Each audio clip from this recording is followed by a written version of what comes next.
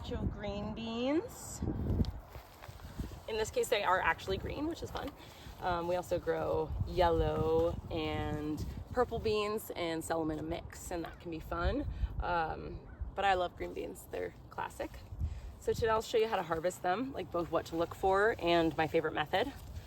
So looking here at this plant, you can see we've got beans in all sorts of stages. This one here, you can actually start to see within the pod, there are some beans. This one, the pod is like stick straight, but super full, like turgid, firm.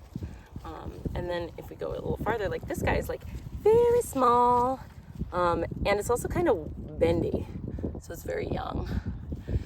So to harvest, I'm looking for a bean that has a fully developed pod, but has not yet started to convert the pod's sugars into starches and put those sugars into beans. So this one that I showed you first is starting to make beans in there. That means it's going to be a lot more fibrous. When I open it up, you can actually see the little bean. That's not too far gone. I would still eat that.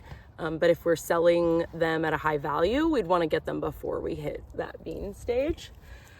So let's take a look at this guy. This one looks like in a lot better stage.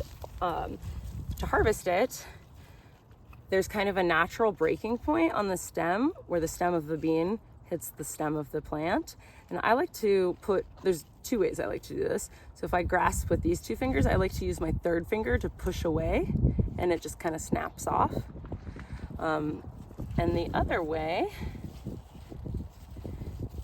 is to hold here and try to push off with my thumb. It's maybe kind of hard to see on the video, but if I'm just holding with my two fingertips, I can either push off from the bottom with this finger, or I can push off from the top with my thumb. But what you really don't want to do is just pull up. I worked for that one. But oftentimes I see people just pulling up on a bean to try to harvest it, and it'll pull this entire plant up. And so you just want to be careful about that. But then we have our nice, beautiful beans.